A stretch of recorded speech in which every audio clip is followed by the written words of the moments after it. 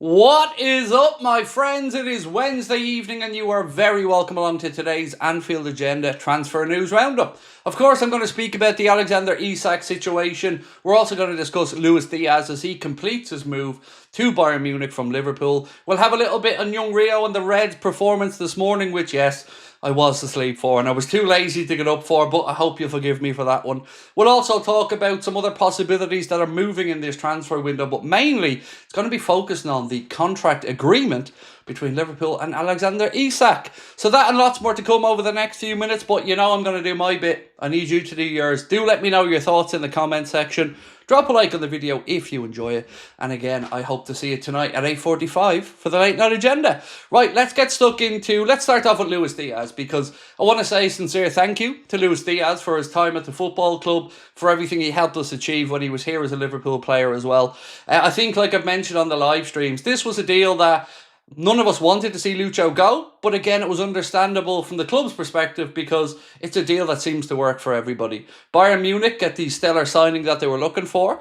Liverpool bring in a rather significant amount of money that will help towards pursuing another forward. And of course, we have a space for young Rio as well to slot into. So from all of us here at Anfield Agenda, and I'm sure I speak for the majority of Liverpool fans, say thank you, Luis Diaz, for everything you've done. Wish himself and his family nothing but the best in the future, unless, of course, they play us in the Champions League. And then hostilities will have to be there for 90 minutes, but we'll get right back to thanking Diaz after that. So that is my take on Luis Diaz moving anyways. That was confirmed today. That £65.9 million, I believe, moved to Bayern Munich, or €75 million. Right, so let's move on to Nico Shearer, who said, agreement in principle between Alexander Isak and Liverpool for a contract until 2030, £13 million a year, makes him about the same money, we believe, as Ugo Ekitike when he came in. So in and around 250, 260 a week, something like that. And an option for another year, 2031.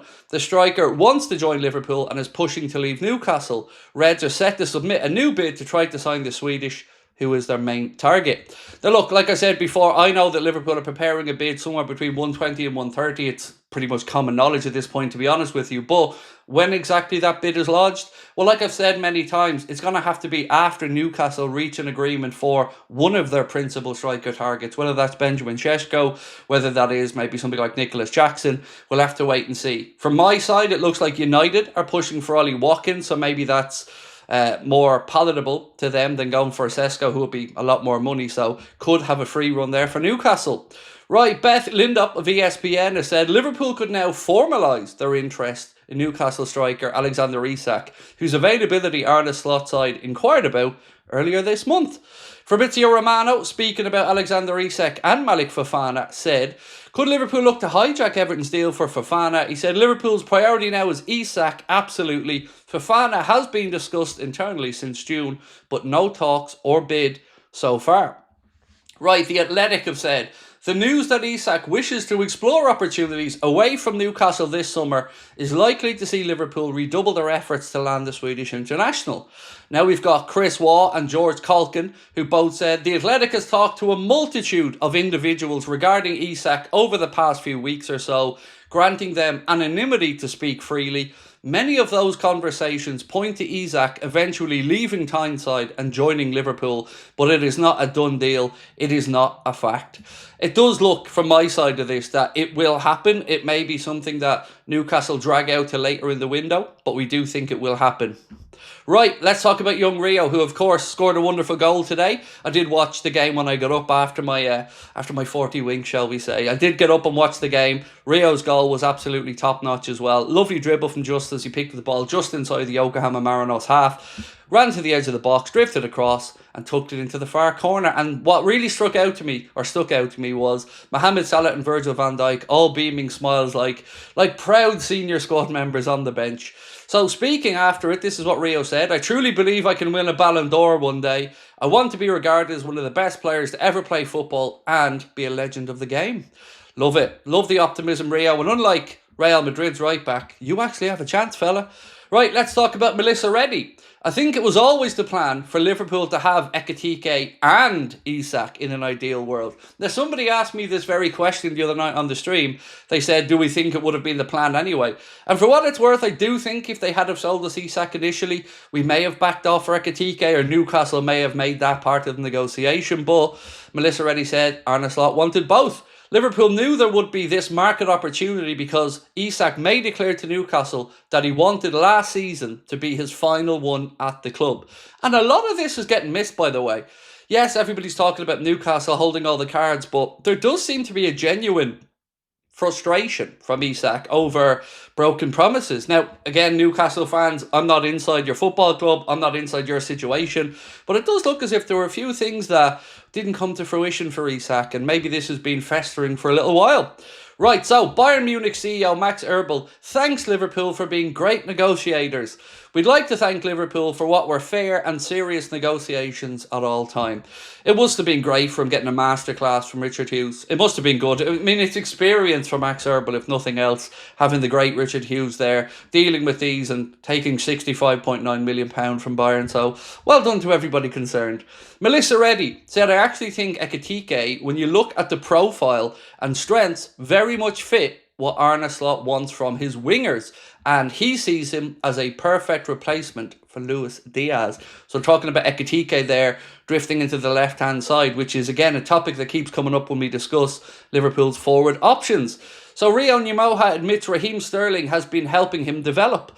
And look, to be fair, no better person to advise him than Raheem, who of course was a starlet breaking through himself. I remember when he came into the Liverpool first team and when he was on the under-21s, under-18s, winning those Youth FA Cups, I think, if my memory's right as well. So a good person to get advice from, a winger of course, but just don't be running away from the club like Raheem did. I remember one time Sterling pulled me to the side and told me, when you lose the ball, make sure you stay in the game, because at the top level, everything happens so fast, so you have to be on it and do your thing. It made me feel like I can do what he has done, telling me that he can see what I'm good at. For somebody like Raheem, it's like, wow. Genuinely, totally get it. Like we've said, when Sterling broke through, he was an undoubted talent that was destined to go far in the game. So giving him advice on how he plays, I can see absolutely why that would be worth it for young Rio. Right, so let's talk again George Caulkin and Chris Waugh, who said Newcastle were told repeatedly last season that would be Isak's final one at St James's Park. He wished to move to a club where he could win the biggest trophies. Some are indeed saying there is no turning back at this point. Arne Slot, speaking about Rio and his performance today and him in general, said, we have a lot of good players, but to get some from the academy is always helpful. There was a moment where he could have squared it, so we can learn, but if you're 16 and you impact the game like he did, that is definitely a compliment. Moving on to Florian Plettenberg, who backs up what we spoke about from Nico Shearer and says, understand Alexander Isak has already reached a verbal agreement in principle with Liverpool over a contract to 2031. Isak wants to move to Liverpool as early as this transfer window. The clubs are in contact. His salary at Liverpool will be similar to that of Ugo Ekitike. Newcastle are still pushing hard to sign Benjamin Sesko, but Manchester United are also in the race. This one from Paul Joyce, who said, more business is likely. Should a pathway to Newcastle's Alexander Isak, for instance, emerge, then it's deals such as the sale of Diaz, which will help Liverpool to push the boat out. Arne Slot on signings and sales said, we're making big signings. We've done that over the past few years, but this club also needs to recoup funds to get these transfers that we already did over the line. And of course, I want to speak about Florian Wirtz scoring today as well. Not sure if Curtis Jones meant to step over or not, but either way, very good finish from Florian when the ball came to him. Arne Slot, speaking about Lucho, said, yeah, it was always going to be a sad day when Lucho left. First of all, for the person he was, because he always had a smile on his face, no matter what, in the year that I've worked with him. So that is where we're up to now, ladies and gentlemen. We've covered the friendly this morning. We've covered Alexander Isak's situation, young Rio as well. Centre-back situation is going to be a fluid one. We still think there's Liverpool are interested in Mark Gay. Might be a move soon, might be a move later. I don't know, but I'm eager to find out, as I'm sure you guys are as well.